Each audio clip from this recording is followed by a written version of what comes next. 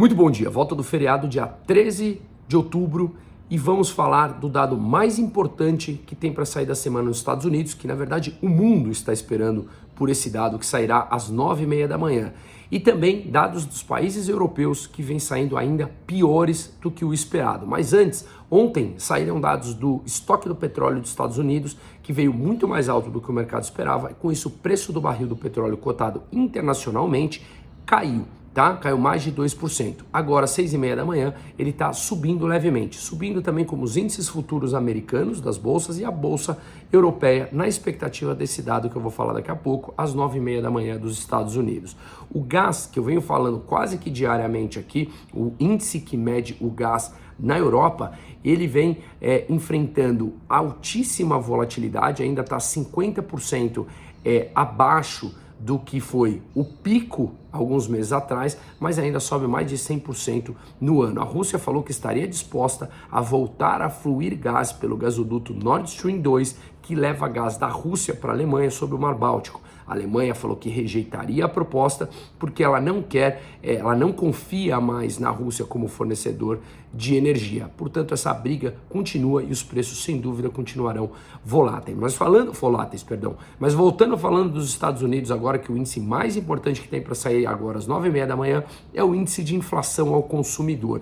Antes de ontem, antes do feriado no Brasil, saiu a expectativa de inflação dos Estados Unidos, que caiu pelo terceiro mês seguido. Agora vamos ver como é que se concretiza esse dado agora pela manhã. A gente também tem que analisar o núcleo da inflação, que é quando você retira os componentes de alimentação e energia, que são os mais voláteis, e vê o quão disseminada a inflação, seja de serviços ou no restante dos componentes, está por toda a economia. Então, um dado que vai mexer com o mundo inteiro que está nessa expectativa, tá?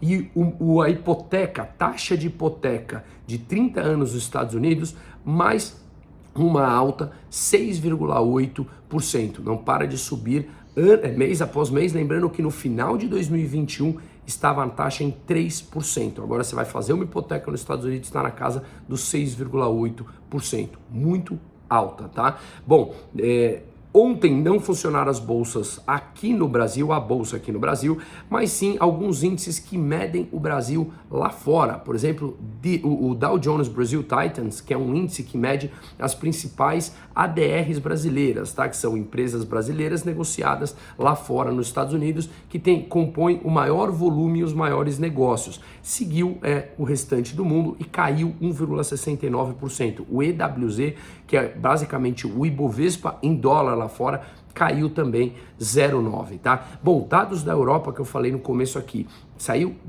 o IPC, o Índice de Preço ao Consumidor da Alemanha, 10% anualizado, frente à leitura do mês passado de 7,9%, segue subindo muito forte. No mês, uma alta de 1,9%, quando no mês anterior tinha sido 0,3%. Situação extremamente complicada na Alemanha. Produção industrial na zona do euro surpreendeu e veio acima do que o mercado esperava. Um crescimento até e bem acima do que o mercado esperava. Cresceu anualizado 2,5%, tá? Agora, no Reino Unido, que também está com uma situação complicada, o PIB mensal veio negativo, o PIB anual ele veio positivo, mas bem abaixo do que o mercado esperava. E a produção industrial caiu 5,2% no ano, não só abaixo da leitura anterior, como bem abaixo do que o mercado esperava. Inflação na Suécia, 10,8%, a máxima desde 1980. E o Banco Central inglês falou que vai terminar essa sexta-feira e não vai mais prorrogar, depois de prorrogar 2 vezes,